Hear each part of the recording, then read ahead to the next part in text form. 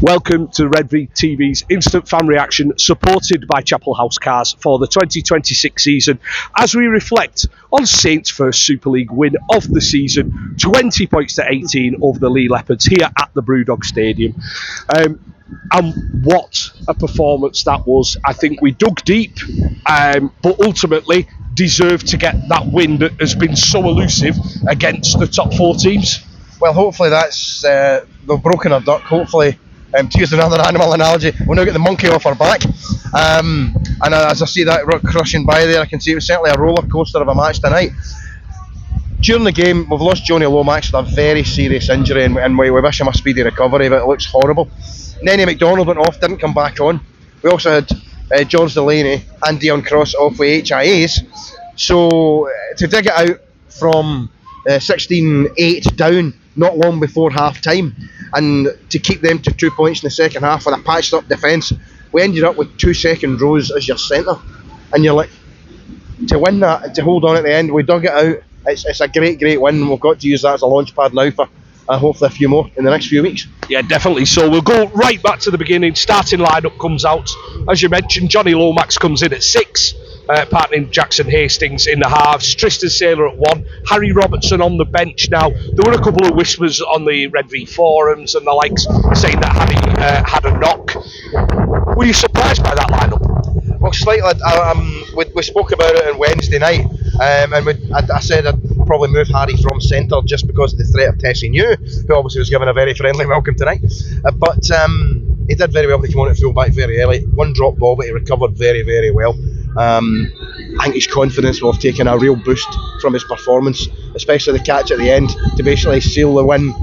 Caught it, run round, get the cheers of the West Stand. Absolutely beautiful. Yes, I quite agree. And he did tremendously well. He didn't take the disappointment of being on the bench to heart.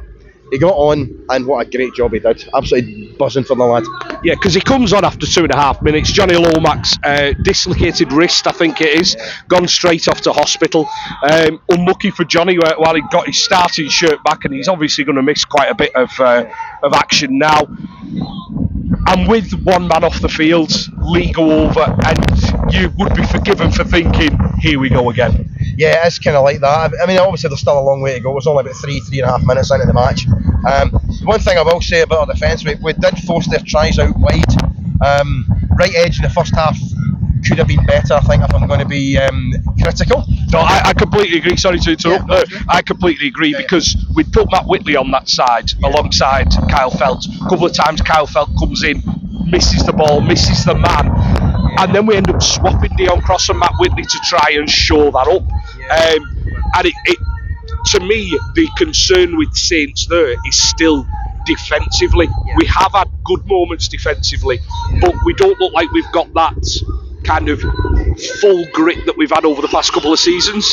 Yeah, I would say so. I mean, especially I think the disappointing one was their third try. I think Bailey Hodgson scored it, but he seemed to kind of step off and then jink, and I don't think he had a glove laid on him, which was very disappointing. What I will say is, we after that we recovered. We got Kyle Felt's try before half time. Then in the second half we only conceded 2 points.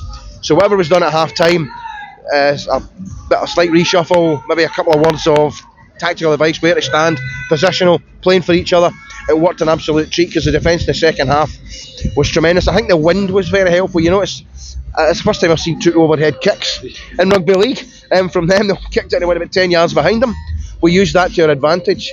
I liked how we ended the sets, being tackled 5 metres from their line, and then our defence hit really hard the first couple of carries, and that gave us so much momentum with our defensive play.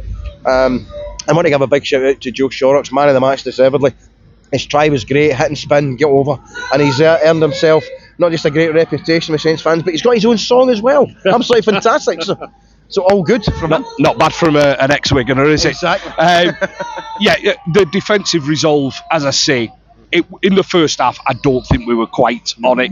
Second half, it improves, and we do miles better, keeping them to 2 points. An absolutely tremendous performance. You rightly pick out Joe Shorrocks.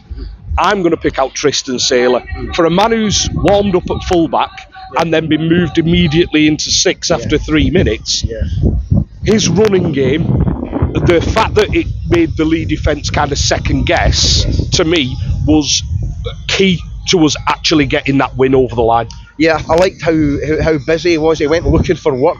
He looked to try and make things happen. As you say, he carried it close to the line. He made the defenders hesitate slightly. And you get that gives you an extra half a yard. The only thing I would say, sometimes I think we could have maybe have used the little dink through a couple of times on their line to maybe get a repeat set and force even more pressure. Because you look what they did when they had a dropout. It went, it went out the dead ball line. So I think we could have perhaps done that. That's the only criticism I would say. But yeah, I loved Saylor's work rate and his enthusiasm to get on the ball. Made some good defensive efforts as well. So I've got to give him full credit for that. And we mentioned it earlier, the reshuffle that we've had to go through that game, that shows a team who are working for each other, who believe in what they're being coached and want to get the win over the line. You kind of saw at the end what it meant. Jackson Hastings throws the scrum cap into the stand, into the west stand, points down at the ground. Alex Walmsley as well coming over, kind of taking it all in. While Leigh, I thought, were good in parts, I think Saints deserve that win tonight. I think so. Nick and I were discussing during the first half after he mentioned he thought, Leigh just looked a lot bigger. Yeah. But I don't think in the second half they ran their weight. I don't think they were intense enough. I don't think they were aggressive enough. But you have to then compliment Saints' defence and not allowing them many metres. There are a couple of breaks down the left wing that set the pulses racing, shall we say? Yeah. But again, our scramble was absolutely fantastic. I don't think we could have handled it if we'd conceded right at the death. I'm glad they put the kick through because there's no way Harry wasn't getting to it. But I full credit to every one of the lads. They to use a Steve-wism, they ran their blood to water. They really got stuck in, played for the jersey. Sounds old-fashioned, but I think you've seen that was evident tonight. And the reaction at full time from the players was almost as enthusiastic and passionate as the support, and that's what we want to see.